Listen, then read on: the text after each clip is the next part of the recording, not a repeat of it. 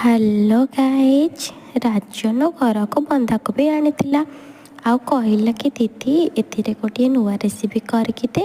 ମୁଁ କହିଲି ବନ୍ଧାକୋବିକୁ କକଲେଟ୍ କରିଦେବି ଖାଇବୁ। ସେ କହିଲା ଠିକ୍ ଅଛି କରିଦେ।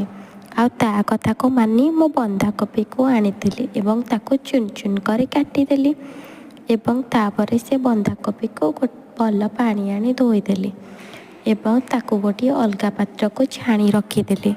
ଆଉ ତାକୁ ଛାଣି ସାରିବା ପରେ ସେଥିରେ ବେସନ ଏବଂ କର୍ଣ୍ଣଫ୍ଲୋରକୁ ପକାଇ ଦେଇଥିଲି ଏବଂ କଲର୍ ଆସିବା ପାଇଁ ଫୁଡ଼୍ କଲର୍ ଟିକେ ୟୁଜ୍ କରିଥିଲି।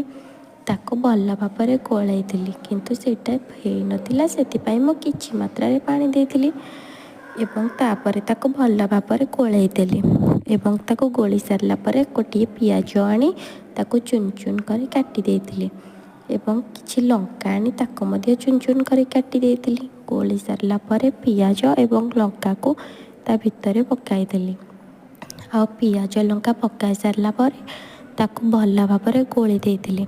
ଆଉ ଏଇ ଗୋଳିବା ସମୟ ଭିତରେ ମମି ଗ୍ୟାସ୍ରେ ତେଲକୁ ଗରମ କରିଦେଇଥିଲା ଏବଂ ଗୋଳେଇ ସାରିବା ମାତ୍ରେ ହିଁ ମମି ନେଇକି ତାକୁ ଛାଣି ଦେଇଥିଲା ଏବଂ ଆପଣ ଦେଖିପାରିଥିବେ ଛାଣି ସାରିଲା ପରେ ସେ କେତେ ବଢ଼ିଆ ଦେଖାଯାଉଛି। ଆଉ ଯେତିକି ଭଲ ଦେଖାଯାଉଛି ସେତିକି ବହୁତ ଭଲ ଟେଷ୍ଟ ମଧ୍ୟ ହୋଇଥିଲା। ଆଉ ସେ ଛଣାକୁ ନେଇ ମୁଁ ରାଜନକୁ ଦେଇଥିଲି ଆଉ ସେ ଖାଇକି କହିଲେ ୱାଓ ଦିଦି ମସ୍ତ ହେଇଛି। ମୁଁ କହିଲି ଆରେ ହେବନି କେମିତି, ମମି କରିଯିବା। ଆଉ ଆମ ଆଡ଼େ ତ ଆକୁ କକଲେଟ୍ କୁହନ୍ତି, ଆପଣଙ୍କ ଆଡ଼େ ଏହି ରେସିପିର ନାଁ କ'ଣ କୁହନ୍ତି ଆପଣମାନେ ମୋତେ କମେଣ୍ଟ ସେକ୍ସନରେ ଜଣାଇବେ। ତ ରହୁଛି ସାଙ୍ଗମାନେ, ଜୟ ଜଗନ୍ନାଥ।